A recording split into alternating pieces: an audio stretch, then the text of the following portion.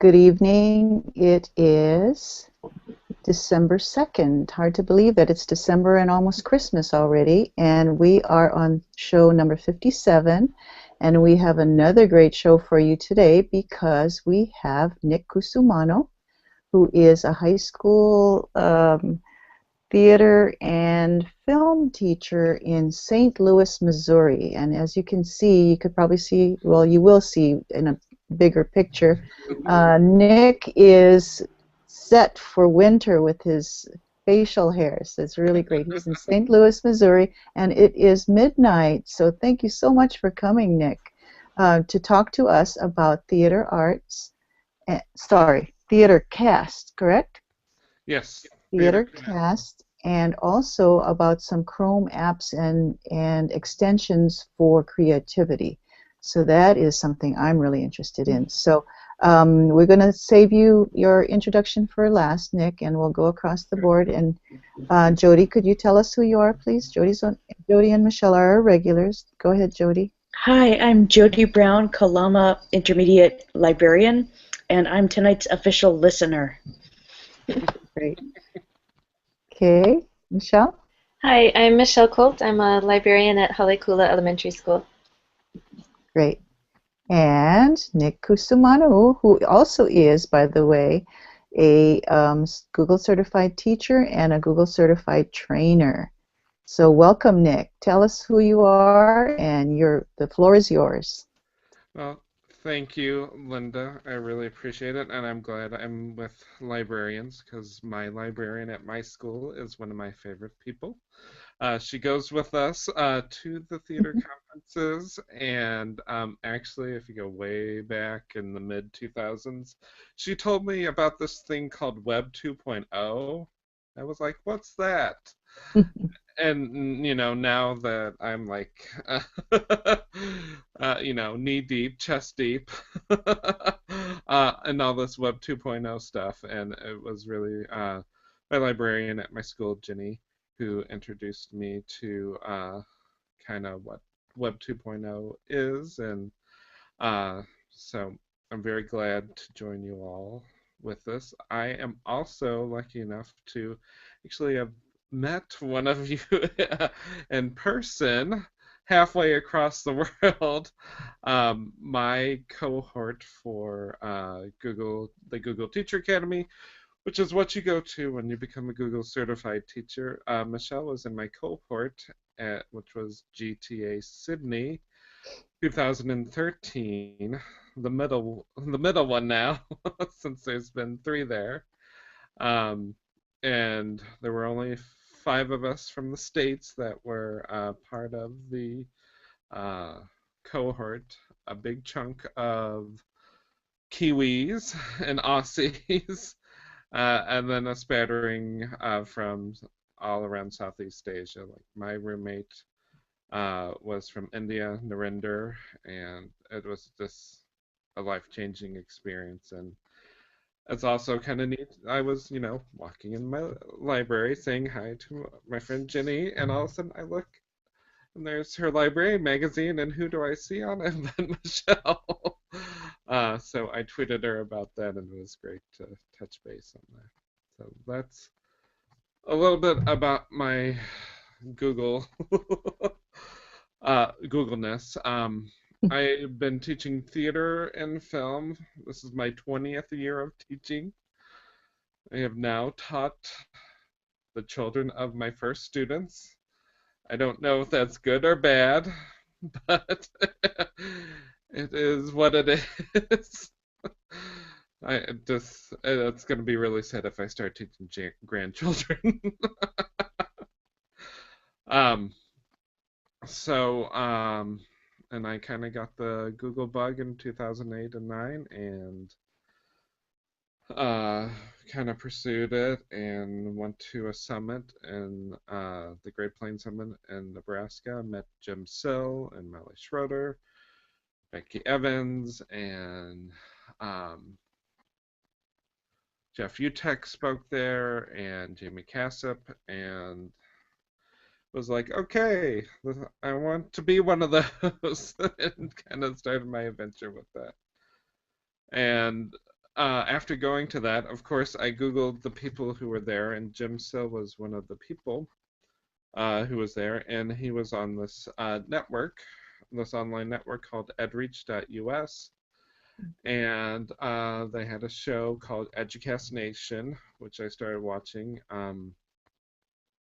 and it really helped inspire me and keep me going because, I think that was my 18th year of teaching, and you kind of have to recharge the batteries, and it was really a place that I was able to go and be inspired and try to find that strength to um, you know try new things, challenge myself, challenge my students. Well, I also had a show called the Google EduCast that I found, and that show has such had such a great effect on my life as a teacher and educational advocate, whatever you want to call. I don't know what I call, but I kind of keep pushing and pushing and pushing, and hopefully help pushing my district, helping teachers learn how to integrate technology into their classroom, and um, it was been really exciting.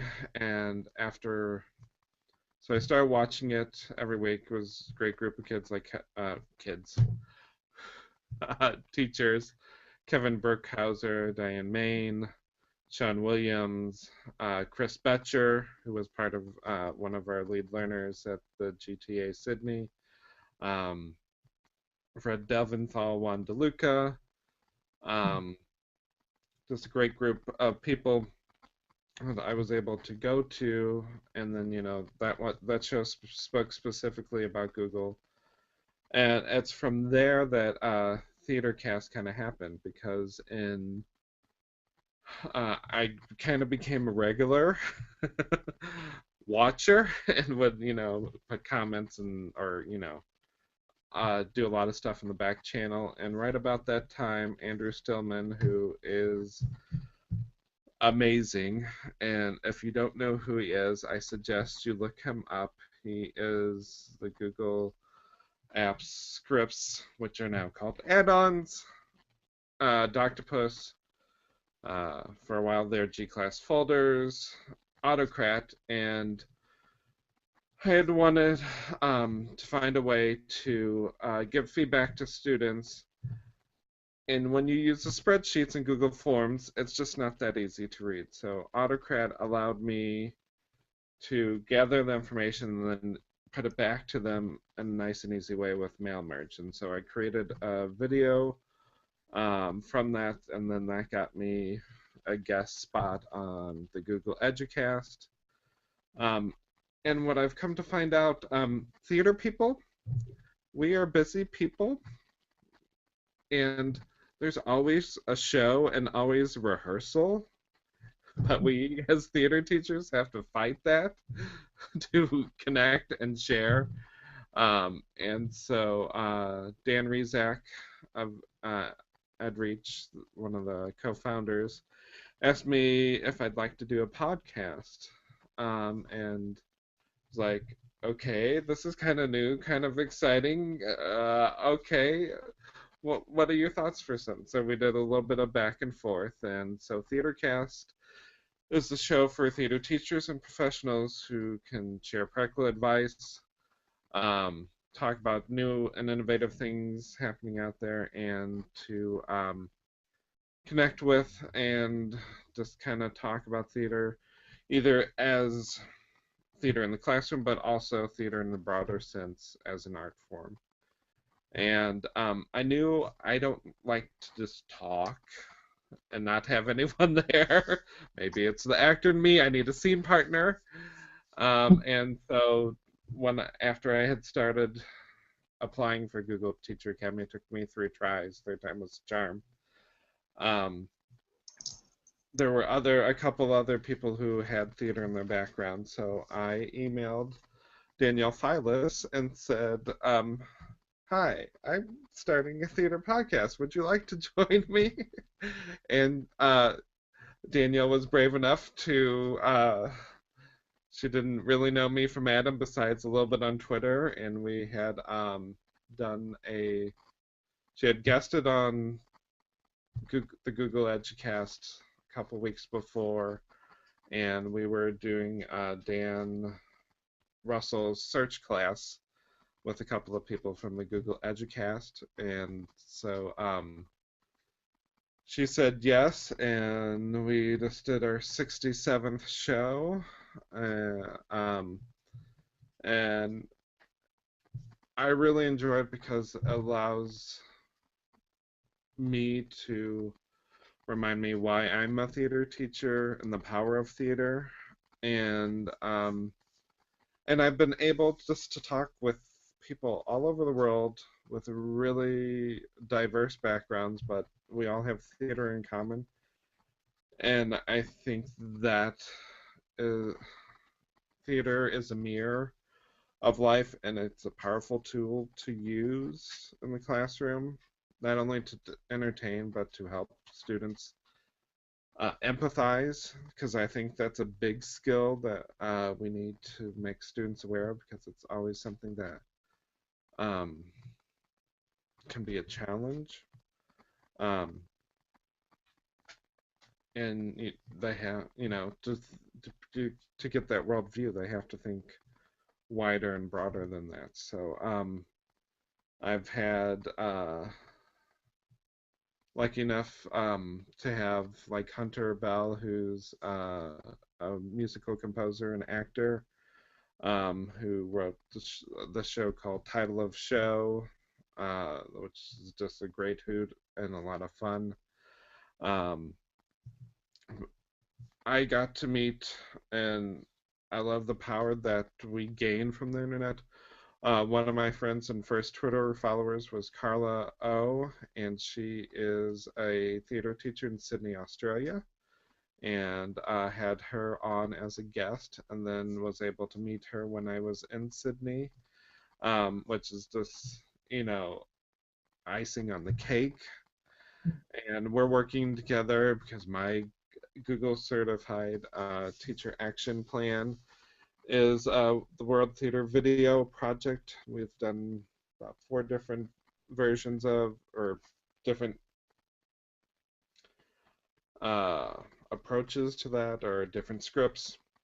So I send out a script, public domain, Shakespeare, other type of stuff, and people send recordings of their students from all over the world, and then create a mashup video with that.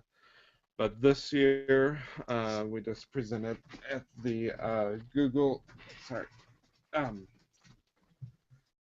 the Global Education Summit, and we're really ramping it up because March 27th is World Theater Day, and so we're kind of coming up with a tiered system, and so we'll be announcing that in January with all the different levels, so that, because of course we have rehearsal.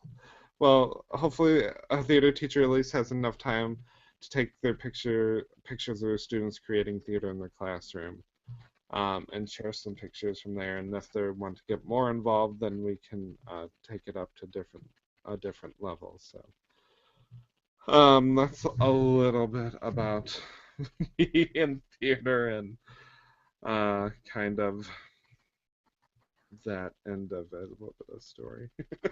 So the podcast is, how often does that happen? We aim for weekly, and most of the time it's weekly. I directed in the fall, so it got a little bit harder to tape shows, but we were able. We at least do try to aim for like 40 shows a year, and we're kind of on that track. We started last February. Mm-hmm. We're 67 in, so if and we'll pick up. I have one that we kind of pre-recorded right now. EdReach is changing it's switching servers and changing the URL just a little bit. So we're on a slight hiatus through kind of this Thanksgiving time. but we'll pick back up in December and keep trying to find people to join us and That's neat. talk about theater. One of the interesting things, and once again, the power of Twitter, I was able to connect with.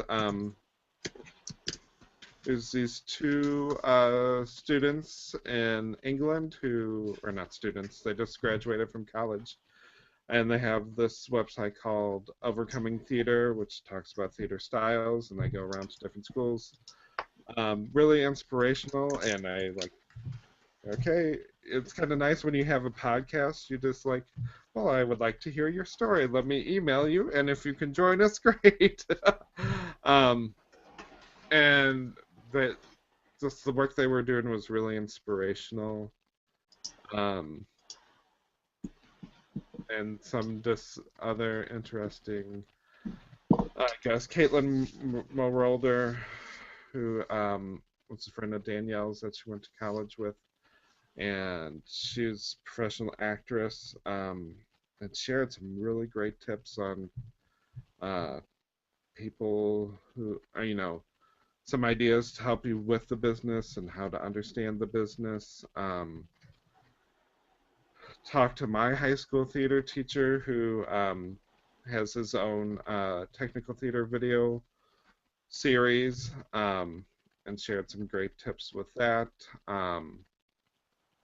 I was able to interview one of my college professors from 20 years ago, which is, it's just really interesting to, try to think 20 years ago and then now and the knowledge and that, I've gained in those 20 years, but, it was nice to also give thanks to him for, those inspirations and that instilling that work ethic.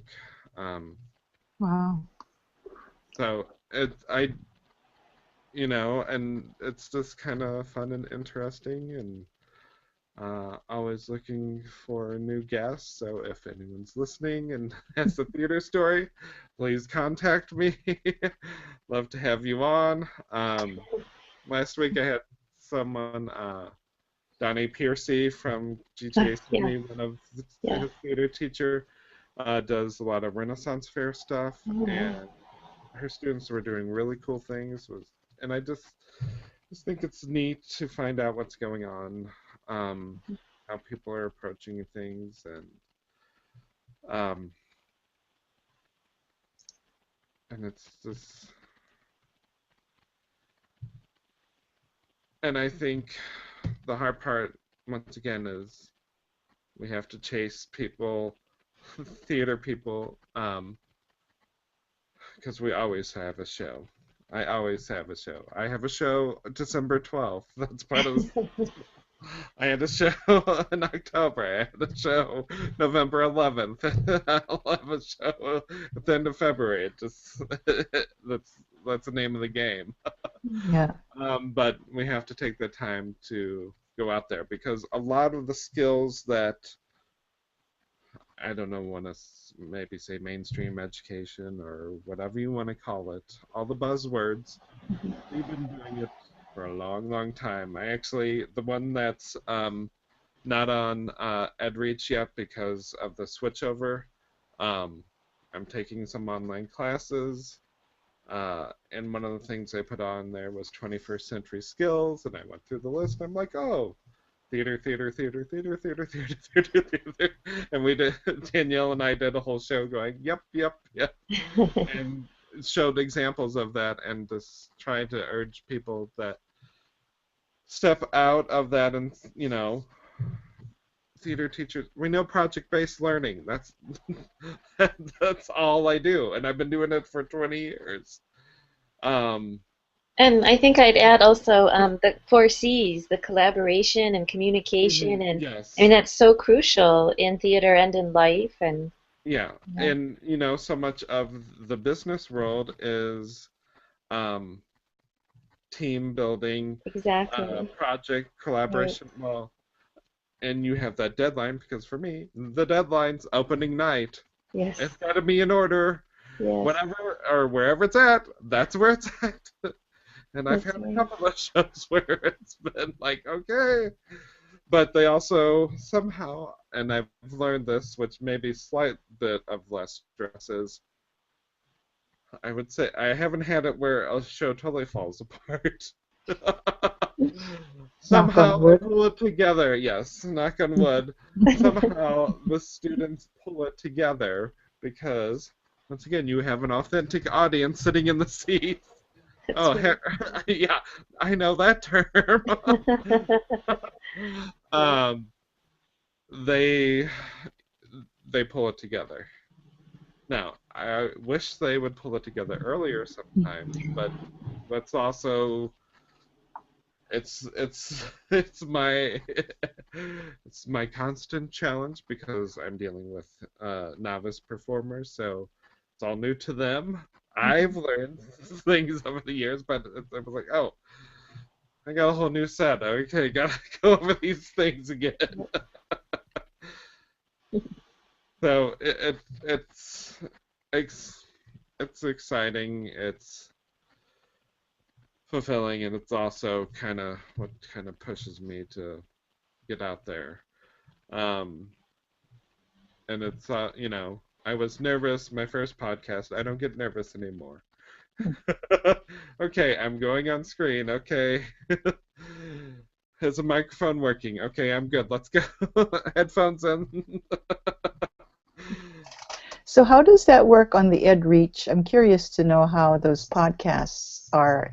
Are they Sure. on YouTube? Or They wait, go are to they just sound only? I'm sorry, no, podcast.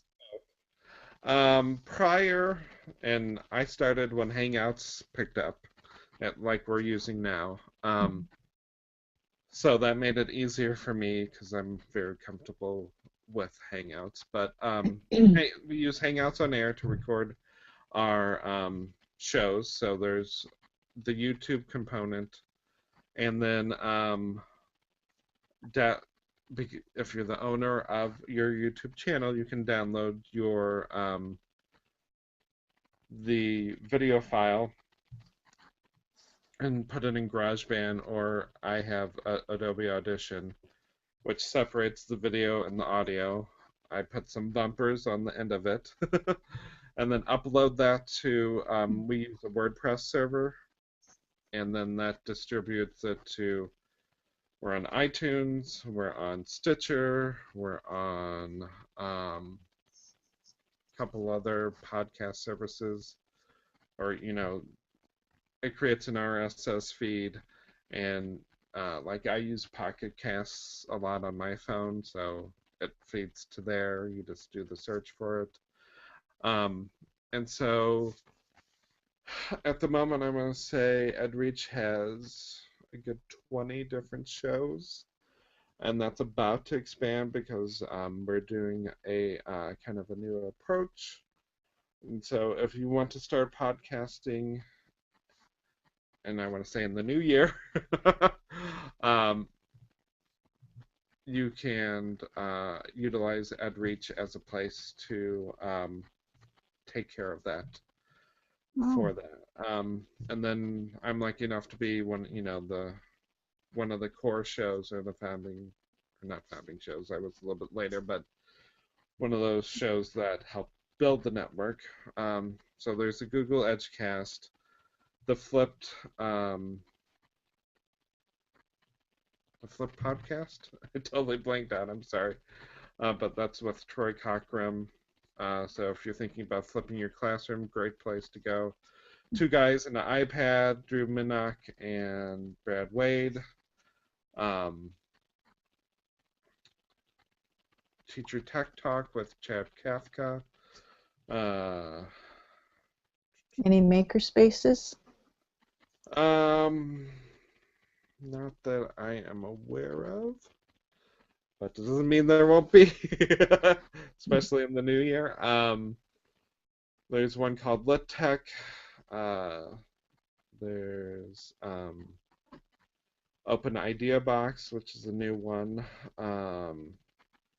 There's Educellurate, Edceptional, for special ed teachers. So there's a whole variety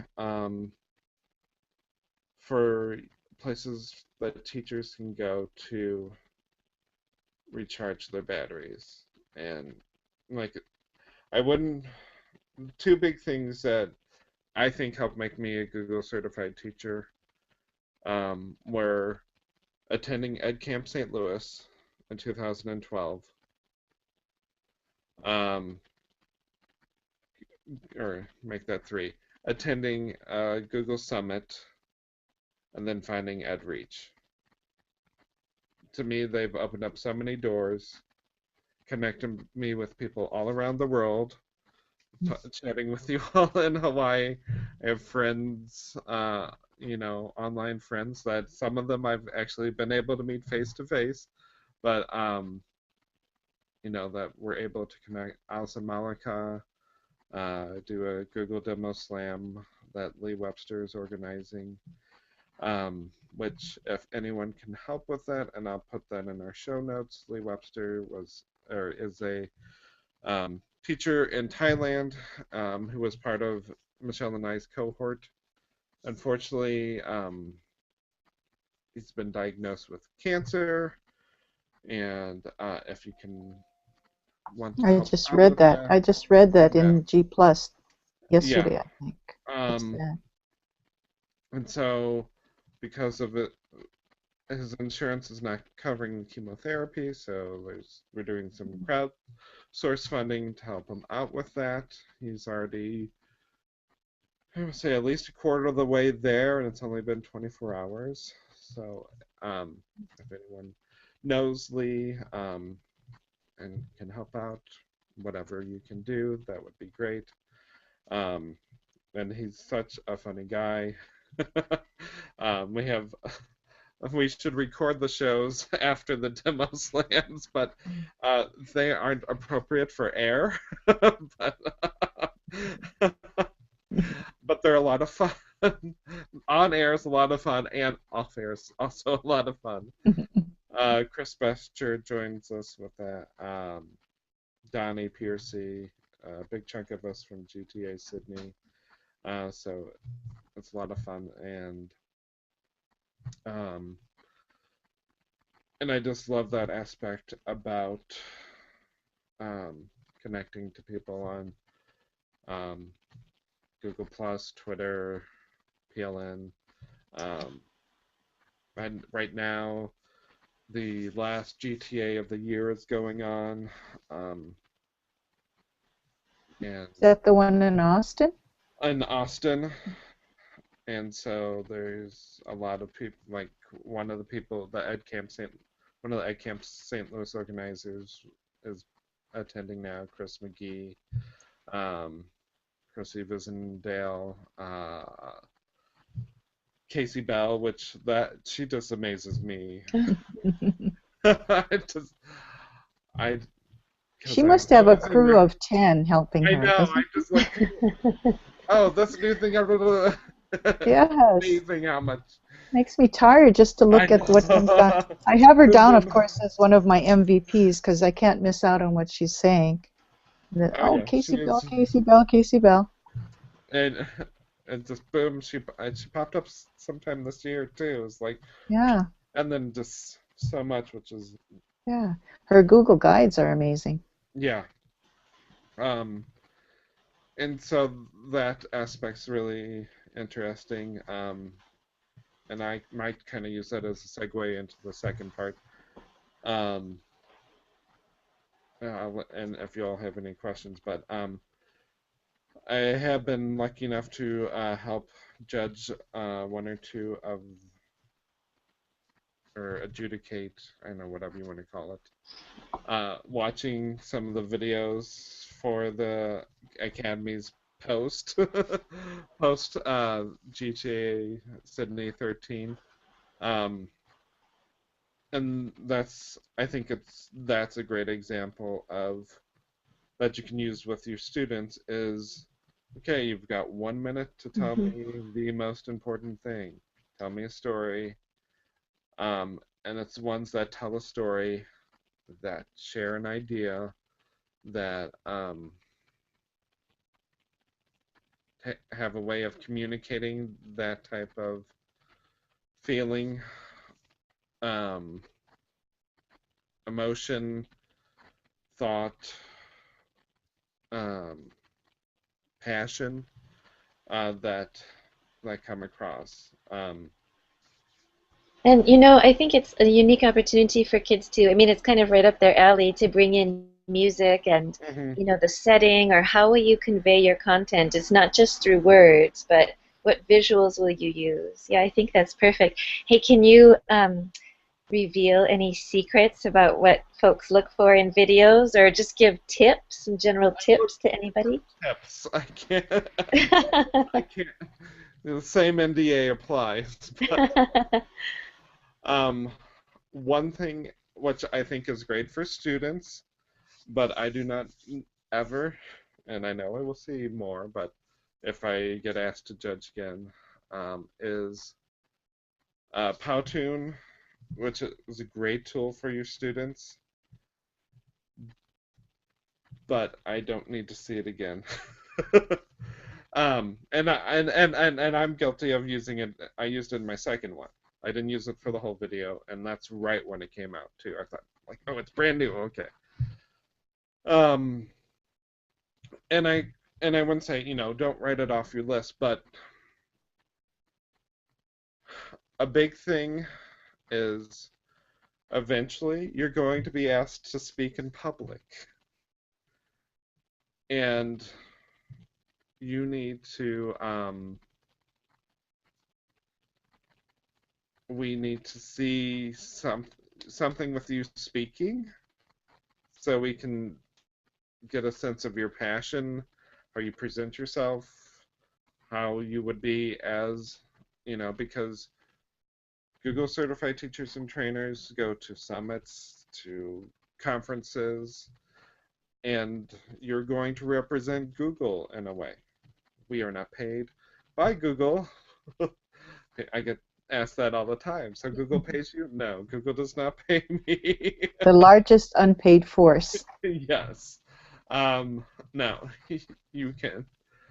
Um, no, I have been paid for training groups, but um, that's from the group hiring me in, not not Google's paying me. Um, and so I mean, you're an ambassador for them, and so that part needs to come across. Um, and so if you just do a slideshow and have words up there, those better be really powerful words to make it to grab our attention. And if it's and avoid the laundry list, which is I'm which thinking back to mine, and I wasn't in it, but my voice was, but yeah, I well, was too and scared to it be. doesn't a voice at least we I You get to know who it is. yes, and I know, and maybe that's the theater person in me talking, but I can at least hear something in your voice. If you don't have a voice on there, then I just have the images and the words. And So and for me, I need Powtoons, to that's why Powtoons wouldn't be good. um, yes, because you can just put the whole thing on there. And I'm not saying using Powtoon for your students away, but you are competing against, I don't know, A lot. a lot of people. And you have 50 spots. And, it's like a 1 in 10 chance ish. It's about 500, 600. It's 500 or 600 people who apply each round. So how do you work your way through that? And I think it's this. And there's a really great blog post by David Thurot out there about some ideas. Um, and I don't think it has to be like super duper production value either. I mean, I did mine myself in front of my classroom, had the camera, I had the chalkboard behind me, but I think what worked for me was I just parodies work. If you can find a parody because people can kind of relate to that, um, sometimes it's a fun way of pulling people in. Um, but mine was speak the speech. I pray you from Hamlet, except it was search the search. As Dan Russell, head of search for Google, pronounced it to you trippingly on my Chromebook, and listed. I had a whole bunch of Google tools and kind of got goofy with it. Have fun with it. But don't feel that you have to have super duper production value either, because I mean, if you have it, great. But I've also seen, I think college professor did a really, I mean, you could tell it was very professionally done. Had some students help them. Had professional lighting and all that, but I don't know if he made it in because because what you say matters too. Mm. Um, but if you can find that twist, that fun idea or concept, and it doesn't have to be like Jay Atwood's. I think was a great one. He really narrowed in the talked about the blue button and had papers shuffling and talked about the power of that share button, which is totally Google. um, so watch the other ones, and sometimes it can just be the passion in your voice. Remember one person, it was just the passion in the voice and persistence too. Tara Lenny, who I was able to meet in person. We had a Missouri Google Summit, and she came down and presented. Fifth time she got in. I don't think I could do that. I think after the second time, I'd be feeling really bad. But I would also suggest is what is unique about you? What is different about you than anyone else in the world? How does, tying into the prompt that they give you, but what, you know, for me, it's when I went to my passions. Okay, what are my passions? Theater and ed tech. Okay, boom, that's what worked. I Uh, think I think that's the key. I think if you can show people who you are, mhm, your uniqueness, no matter what that might be, I think that's the key. yeah, and and be persistent and try to have fun with it, um, and keep trying. So Uh, I gather from your experience that you like being the experience of a good Google certified teacher better than a Google certified trainer, um, or they both happen at the same time for me almost, oh, oh wow. because and don't to me it's kind of one and the same sort of. Oh. It depend. I mean, well, okay for conferences, and I think for like your state tech conferences, that type of thing, and kind of online Google certified teacher, because it's a competition, it has a little bit more gravitas. Uh, but when a school district's wanting to convert to Google, and I would say this probably has changed a little bit with the new directory, um, but I mean that's what less than a month or two old. Is Mhm. they if I'm a school district, I'm gonna look up trainer, because to me that Right. or the way school districts think, they're gonna get a trainer because that's how the mindset for that. So I've got some bookings from that as a trainer. Um, Awesome. and on the teacher end, it's much more, uh, I would say, it's much more the ambassador role, but it just kind of it depends on the situation where I'm talking. To me, I found out within 3 days. I've got into I had finally sent my stuff in because I waited forever to send my trainer stuff in. Just like, okay, I because it took me a while to figure out the case study or how it should be formatted. I'm like, I'm good doing this, getting it done. Had some fun with my video. I made my 2-minute video for that, a Calgon commercial for Google Forms. Um, Neat. and sent that in, and I'm like, okay, sending it in. If I get one of the two, great. I'm not gonna worry about it. I found out about Google GTA like March 3rd, I want to say, maybe. And March 6th or 7th, I found out it was a Google Education trainer. So Wow. Double whammy double on a good whammy. way. So I didn't have much time, but I was both pretty much from the get-go. So I mean, the other things I've said are kind of observations I've seen or gleaned, whatever you want to call it. But both groups know Google, and both would be great if either or both would be great um, if you're looking for someone to come into your school and help your faculty understand how to use Google. Great. Well, you know what? We have 15 more minutes. I wanted to get to your Sure. apps and extensions. I want to hear about those. Okay, I'm going to switch to screen view. And is that working good?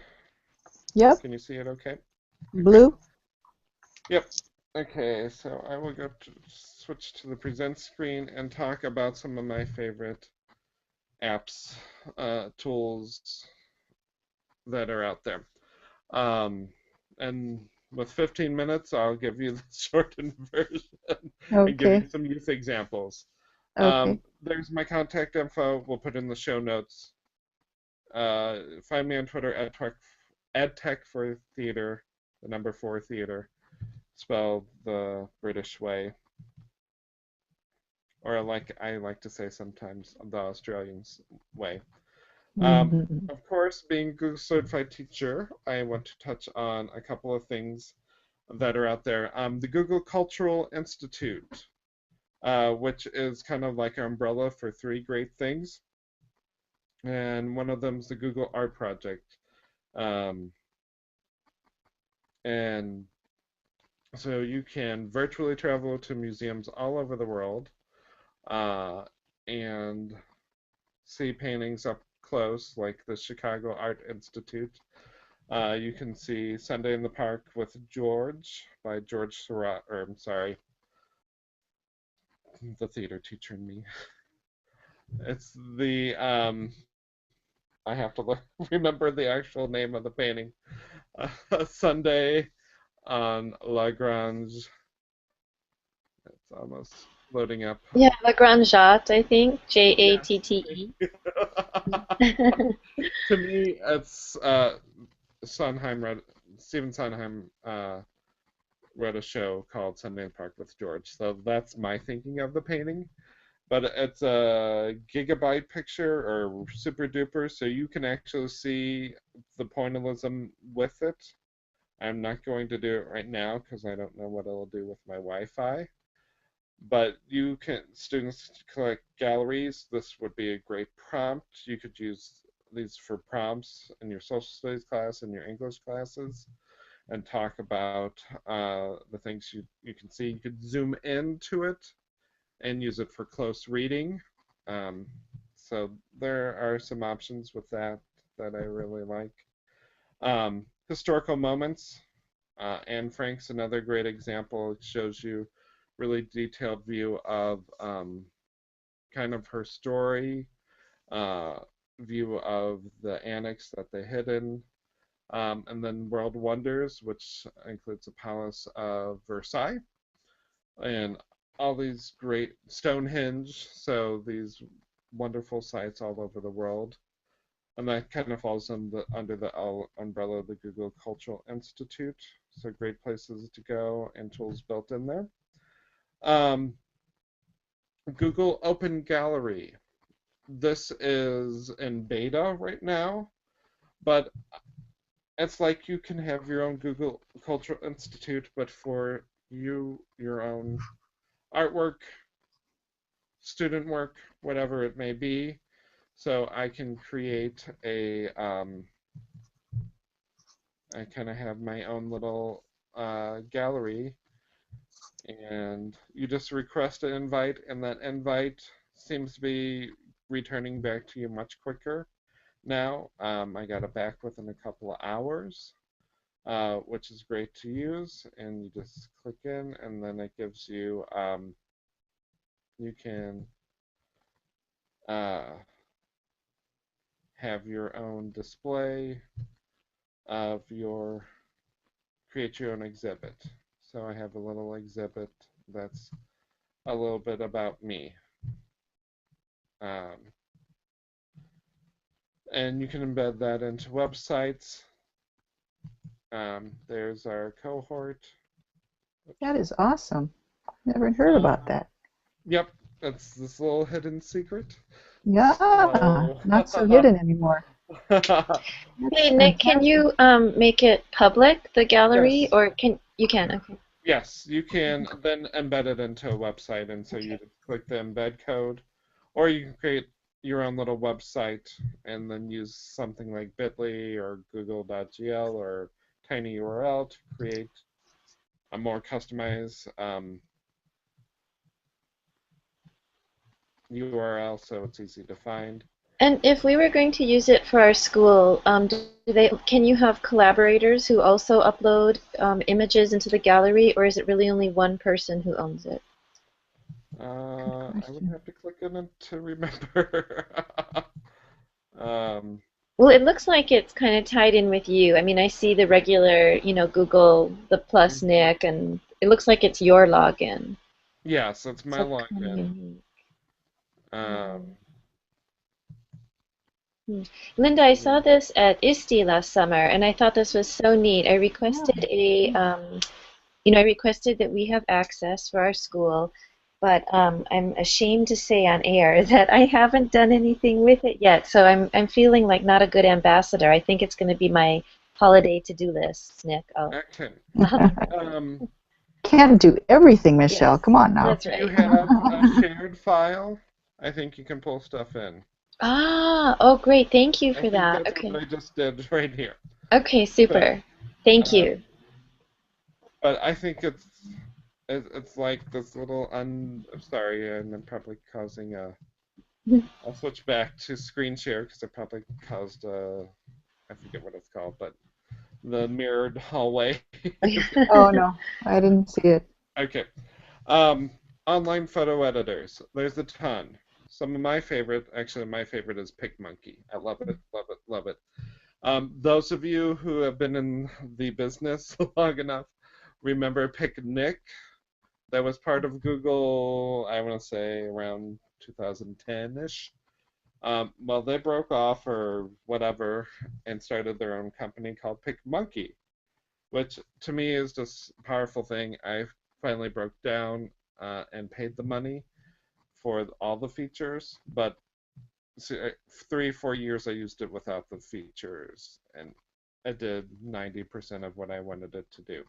They have a nice little extension here, PicMonkey extension. If you're on a website that has pictures on it, you click the PicMonkey extension, um, and it will find the pictures and then open it up so you can edit in PicMonkey. It's also a PicMonkey is you can make it a connected Google Drive app. So if you can just right-click an image in Google Drive and then edit it into PicMonkey. Another great ones are the Pixlr family. This Pixlr editor, if you understand Photoshop and know how to make it work, then Pixlr editor is for you because it's very, very similar and it's free. And so you can do that masking and that multi-layer type work, which I don't have the brain power for. I don't want to lose myself in 4 hours, where I can just do it in 4 minutes in PicMonkey. 95% of what I want, or really close, or it may be what I want. So those are some of my favorite photo editors. Pixlr TouchUp, quick, easy way to do a lot of easy stuff with it. These first ones are great to use with kids and elementary level kids too. Though PicMonkey is great for elementary kids too. And like interesting use with PicMonkey, and what I really like about PicMonkey is they have the themed type stuff. So like there's a whole bunch of Winter Wonderland stuff, which you all don't. I know, it doesn't apply to you. You can only do it in photos. No, it snows on Haleakala Okay. and on Mauna Loa and Mauna Kea. Not very often, though. So you can use those tools to I grabbed the dog for really theme stuff, but the overlays to me are really nice because you could use that with students. One, they're going to love them because they're so fun and cute, and but you could do like labeling and use the arrows and have them do some really nice stuff with the arrows. But then there's like comic bubbles, so you can make your own little cartoon type things that they may enjoy, or facial hair, and everyone has mustaches. And but then there's these theme ones, so like they'll love the Halloween ones and the comic book heroes. So a lot of fun stuff that you could have them take 3 pictures and create them together and use a collage. And since it's free, or mostly free, they can do a lot with it. So that's that one. Online video editors. My 2 favorite, and I think one day it'll get even easier or even cheaper. Because I'm always looking for free, because my districts, we have 18,000 students, so if we're charged per student, then we're out of luck. Because it just gets to be too expensive. But WeVideo is a great one. You just have to be really careful on the free end what you export out. You have to be sure that you're totally ready because that 8 to 15 minutes goes by really quick, and if you had a mistake in there, then you're going to have to wait a while to export it out. I enjoy the YouTube editor. It does a lot for me, and it's free. But you have to be careful of when stuff is with a YouTube editor. You have to be careful. You're only limited to like 1 line of audio, and it's hard to do voiceovers. But outside of that, you have a lot of options. My new favorite one is Canva.com, and so I kind of like. So I've got the picture how I want it using PicMonkey, and now I want to create a poster or a social media type thing. I want to create a meme. I want to create, this is my Google Plus header that I did in Canva, and so I was able to pull a picture in, and these things kind of tell a little bit about me. Great tool, love it, love it. It's graphic design for dummies. I don't have to go art school, I just use it. Great way of students displaying their work and give it more power. online animation, Powtoon EDU, great, fun, students will love it. Think twice before you use it for your Google Certified Teacher video. But outside of that, have at it. Video, which is another animation tool. Both Powtoon and Video, free or freemium. Go Animates, kids have a ton of fun with, but there is a cost involved. On here, here's some other fun things. I have a I Create Camp webmix. So I teach a summer camp for like middle schoolers or 6th grade, like 10 through 14-year-olds. And it's a Symbaloo webmix. I have a lot of fun stuff where kids can just create stuff on here. So you click on there, like you can create your own Lego character, which is, a lot of fun. That's this yellow one here. Your own turbo snail photo face. The Big Fun Labs is kind of a cool one. Tag Zito I really like. It's a great way for me for paper analysis or to create a poster or to create if you cut and paste like all the words, do a big Control A and Control C and then paste it in the tag Zito, it can kind of give you analysis of the words you use in a paper, because the words you use a lot will appear there, and you can really shape it. Where Wordle, it just gives you what they want. Tag Zito, you can upload an image and it'll kind of match that shape. So really kind of gives some ownership to that. My kids love Psycho Paint, and if you're an art teacher, great way to help them understand the style of some of the impressionist painters, because they're all choices on there. One that I want to be sure to mention, and that's a new one, and I'll have to throw it in there, is Soundtrap. It's multi-layer audio editing on a Chromebook. Just so awesome, because I've been looking for that. So if you do podcasts in your classroom and you want to make it really nice, like on NPR, and you have the music underneath, and an Ira Glass is there with you, and how does that music underneath, then allows you to do multi-track, so you can have your audio talking and then like music underneath. You said that on a Chromebook, did you say? On a Chromebook. Wow. Yep, it's called Soundtrap. One word? Yep, soundtrap.com, and I'll be sure to add that in. Yeah. Well, this Symbaloo alone, Nick, is Symbaloo, full of good stuff. Yeah, a lot of fun stuff, and there's some that you don't see once you click the web mix. Animoto, if you're the person that's tech savvy and we want to do the end of the year photo collage, use Animoto. I've wasted far too much of my life doing senior videos. Just do Animoto now. And it just makes it quick and easy.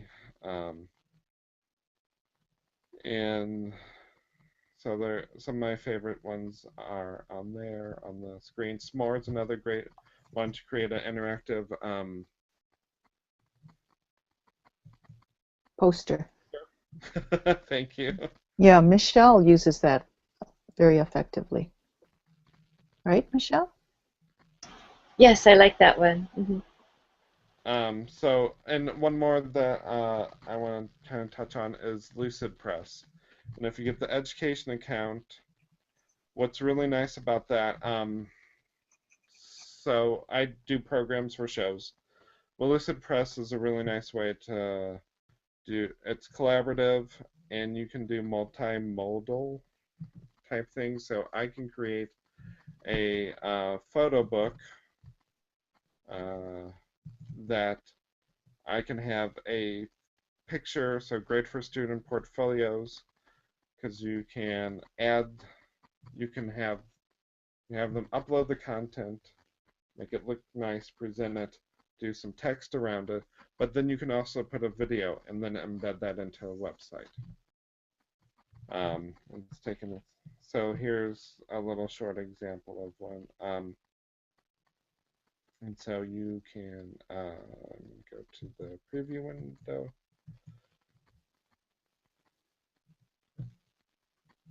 And so you can put your images up there, student content. And so I have this, and then I can embed this into my website. And then go through the pages, really nice and smooth, really professional. But I can also then put a YouTube video in there. And that's Lucid Press. And if you use your school email and search for Lucid Press Education, and then that will give you access to the full suite of it.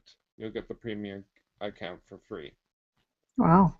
Yes, so I really like Lucid Press. I'm looking forward to the next semester.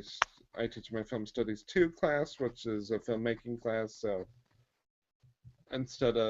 So every time they add a new video, they'll update it to their portfolio, and I'll have them embed their storyboard. So a prospective school, or if they're thinking about going into media, they could. That's just a really nice way of showcasing their work. Great for technical theater students too. But that's just some of those different things in 15 minutes. That's a lot. Awesome. So I think, yeah. Did I stop? Yep, I'm back. I want to show you my fun T-shirt I wore just for you all, which is. What does it say? These are the George you're looking for. Love it. That's awesome. That is awesome. That is awesome. Like androids. So. Nick, you shared so many great resources. I'm really excited to try some new ones and also, go back to some that I haven't played with for a while. This is really exciting. And I actually want to go back. I know, Linda, we're kind of winding down. So I just wanted to say, Nick, I love what you said about, how you got started. And I think that lots of times we in education, we think we don't have money or I can't go to this conference or whatever.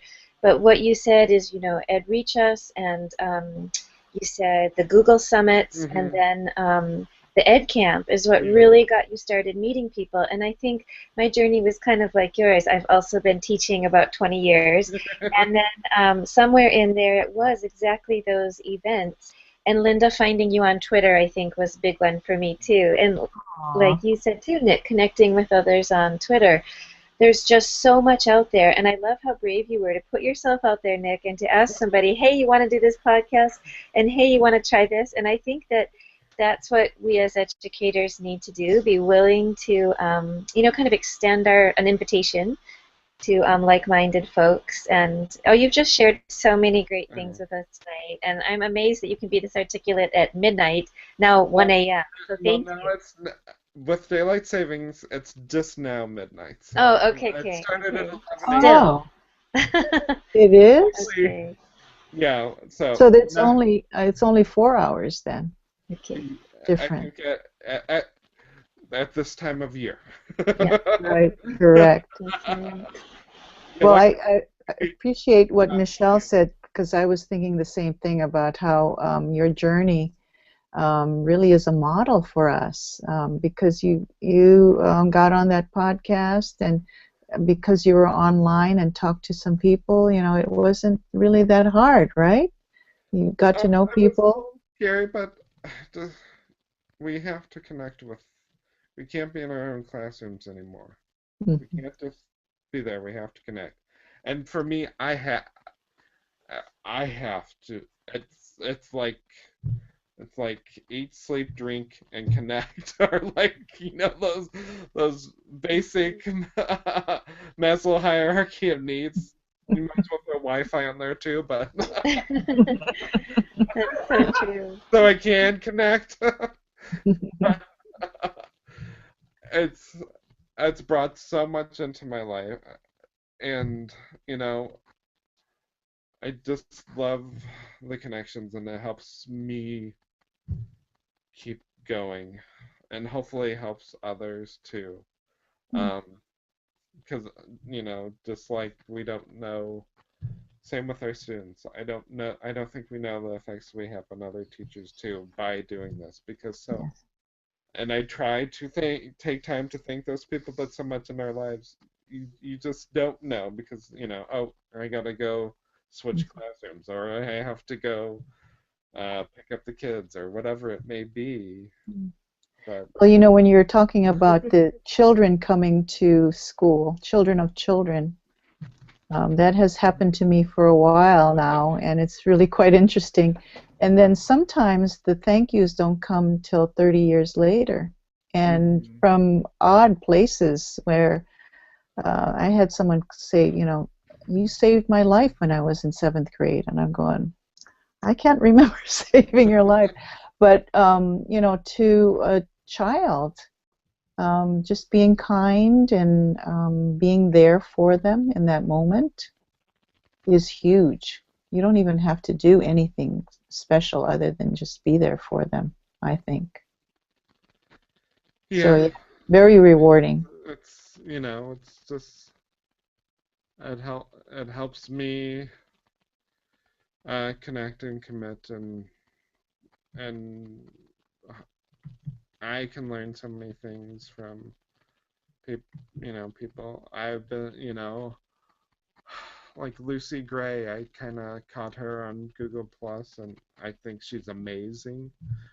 But when I first started, she would just when Hangouts were kind of new, she would be presenting somewhere, and she'd just turn it on, and I was like, this woman is so smart and so amazing. And I've been lucky enough to meet her in person, and present at a couple of online conferences that she's helped Mhm. organize.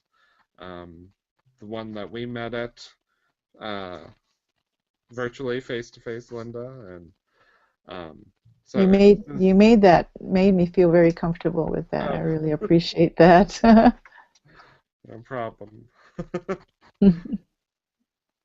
I can't even remember what that was. That was a first Google Online Summit with Q, computers with using Q sponsoring it. Yeah. and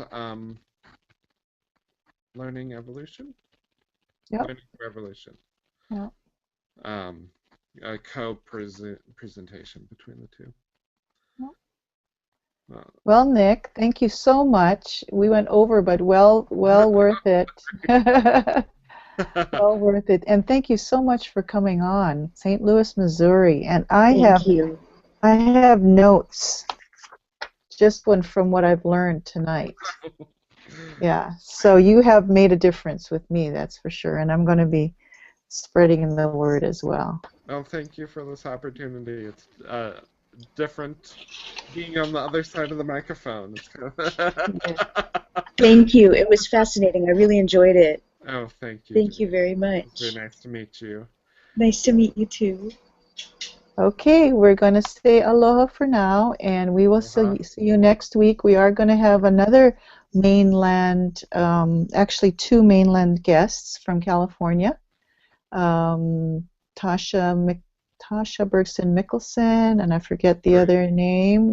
Michelle knows. Jolie. Yeah, Jolie. Jolie. Hmm. They'll be talking about research, and they're doing a kind of a conference in June. So that'll be another wonderful show. But thank you again, Nick. Really, really appreciate you coming Thank on. you so And much, maybe one Denise. of these days we'll meet in person. That'd be That'd be nice. awesome.